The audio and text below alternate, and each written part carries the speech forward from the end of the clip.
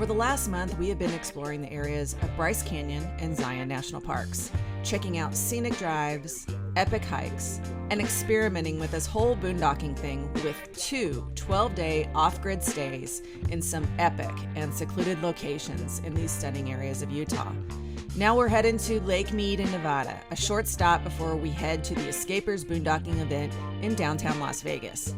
Yeah, you heard me. We'll be boondocking in Vegas.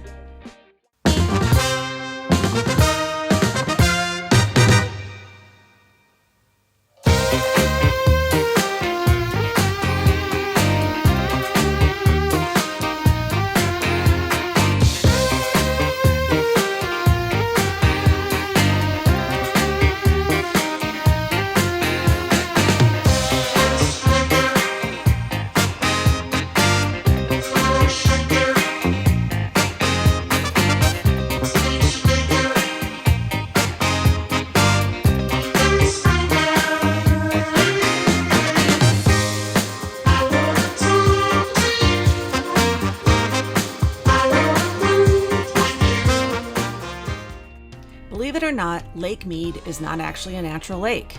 It's the largest man-made reservoir in the United States. It provides water to parts of Nevada, California, and Arizona. There's lots to do in this area, from hiking to biking and boating and rentals and so much more. We only have a few days here, so we're going to mainly focus on Hoover Dam and the beauty of the area directly around our Boulder Beach Campground on Lake Mead. Lake Mead is about 35 minutes from Vegas, 20 minutes from Valley of Fire National Park, and about 3 hours and 45 minutes from the Grand Canyon. But the cool part is it's just a short 16 minutes to Hoover Dam. The Boulder Beach Campground is a no hookup campground. However, it's right next to a full hookup campground called Lake Mead RV Village. I think Boulder Beach is prettier, has more trees, but if hookups are your thing, you can try the other. The roads are pretty easy to navigate at Boulder Beach, but if you have a big rig, definitely reserve early so you can get one of the larger spots. There is an easy to access dump station, but not the spigot you need to fill your water tank. You'll want to arrive with your water already filled. There are some small spigots near the bathrooms for jug filling. We really enjoyed riding our bikes around Lake Mead. There were many paths for walkers and for bikes, a few off-road trails, and the roads are really not that busy, so it was easy to ride to the different beaches and the marina inside of the park. Overall, this is a beautiful area, and we can't wait to come back when it's a little cooler. When I originally booked this, it was supposed to maybe be in the 70s to 80s this time of year, and it's in the 90s. It was like 95 yesterday, so it's just too hot in the rig during the day. So we are headed to Hoover Dam, and we're going very early in the morning so that we can leave Hugo, our dog, in the RV and not have to worry about him, and actually be able, he can't go to Hoover Dam. They have a no dogs deal there. So we're going early. We're probably gonna just check it out. We don't really have time to do the tours and all that because we're gonna need to get back before it gets hot, so we can run the generator and turn the AC on or whatever we need to do. So I don't really know a lot about Hoover Dam, so I know what it looks like, but so this should be kind of an interesting educational trip for us. But it's really close to Lake Mead, so we're gonna head over there now and check it out. Yeah, and by the way, we're at the end of October, so that gives you an idea. Again, it's tough to know whenever you're booking these locations and whatnot, especially if you have to make reservations, what the temperature is going to be like. Because if you go to Google and just say, you know, average temperature of Lake Mead in October, it's going to give you, well, it can be anywhere from 60 to 100, and that doesn't really help us. Yeah, and you just really, when that happens, I mean, we were supposed to stay here a full week, and we just we're moving to the next place a little early. We just had to cut this short because we knew it wasn't going to be a whole lot of fun with the temps that high without hookups. And that's what happens, and you just have to be flexible and be okay with moving reservations around or going somewhere different, and you know, we're not going to really get to see a lot here at Lake Mead because it's such a short trip and because of the temperatures. So that's a shame, but you know what? You can just come back again when the weather is better and explore more then. And you shouldn't feel bad about not being able to see everything. I mean, that's one of the things that we've learned being full-time on the road is every trip, every move isn't a vacation. You don't have to stuff every event, everything to see, every point of interest into every single stop. You want to bail out? Well, I'll tell you something. This is no longer a vacation. It's a quest. It's a quest for fun. You'll burn out really fast doing that. So, you know, we work full-time, so we can't see everything all day, every day. It isn't vacation.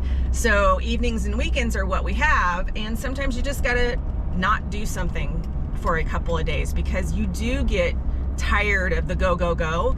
So save, you know, we just pick a couple of really great things to see, depending on how long we're there, and we're okay with that because we can come back.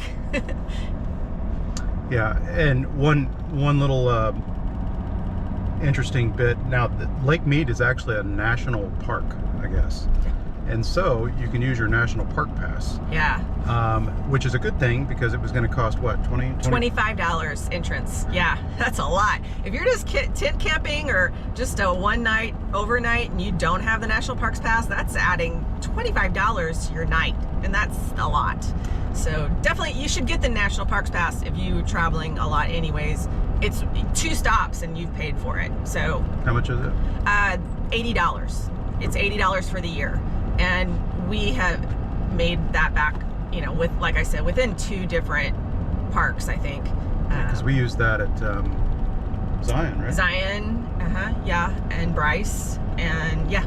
So we've definitely paid for it already, and we still have the rest of the year. So definitely get your national parks pass.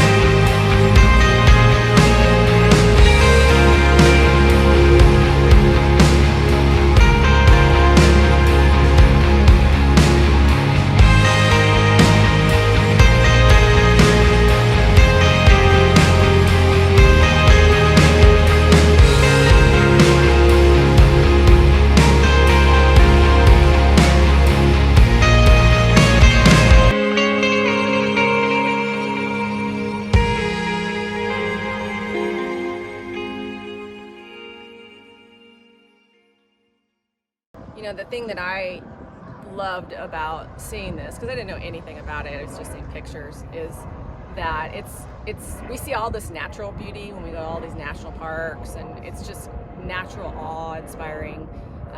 But here, there's a lot of helicopter tours going on right now.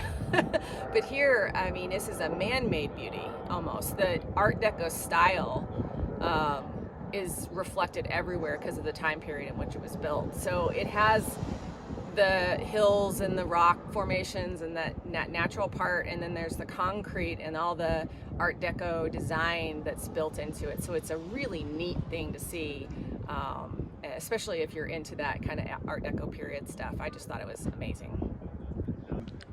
Yeah, I mean, I thought it was incredible. I mean, a lot of stuff that I just didn't know or hadn't bothered to study, but that basically this was created to control the rivers, or the Colorado River, which was destroying a lot of farms and stuff because of flooding. And it was this massive construction project during the Great Depression, gave a lot of people jobs, but it was also extremely dangerous work. But it provides, you know, obviously water for all the states in front of it, and then but it also generates a ton of electricity. It's crazy if you look at those towers over there. Those towers that are leaning, they're leaning so it has the cables, it makes sure the cables don't touch the canyon and short out the electricity, which is just nuts.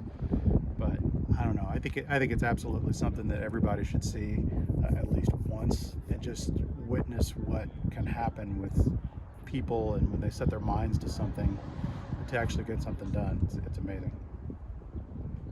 So we want to talk about the parking and the fees and everything. So It's a little confusing when you first come in. For one, there's a gate. You have to check to come in because this is a federally protected facility, so they check everybody at the gate.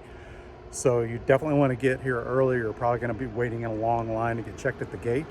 But once you get past the gate, you're going to come in, and they don't really have very good signage to where, like, there was a parking lot, but it didn't really point it out too easily. So we kind of drove past it, but we're kind of glad we did, because we discovered that this parking lot up here was free. So now the key is, though, we got here early. We got here about 20 till 9. The visitor center opens at 9. But you can come in even earlier than that. I think I remember that the gates, like, they're open like at 7 maybe. So you could actually come in and walk, just not go into the visitor center and then be there when it opens. And we were the first ones in the visitor center area, and it was no crowds, nothing. So it's a great time to come real early. And it was $10 to get into the visitor center. So the visitor center is not free. And they also it's kind of like they want you to take tours. Because the lady at the gate was just like, asking us what tour we wanted to go on. We're like, we don't want to go on a tour? Oh, I guess, okay, well, if you want to go in the visitor center, it's $10. So you can I think there's 2 different tours, 2 different prices, or you can just do the visitor center, which is what we did. And it's really interesting. It has a lot of good facts and interesting tidbits about it that you would not have known otherwise. So I encourage you to get here at least and check out the visitor center, even if you don't want to do a tour. Hoover Dam and Lake Mead have provided a reliable supply of water and electricity to the people of the Southwest since the 1930s.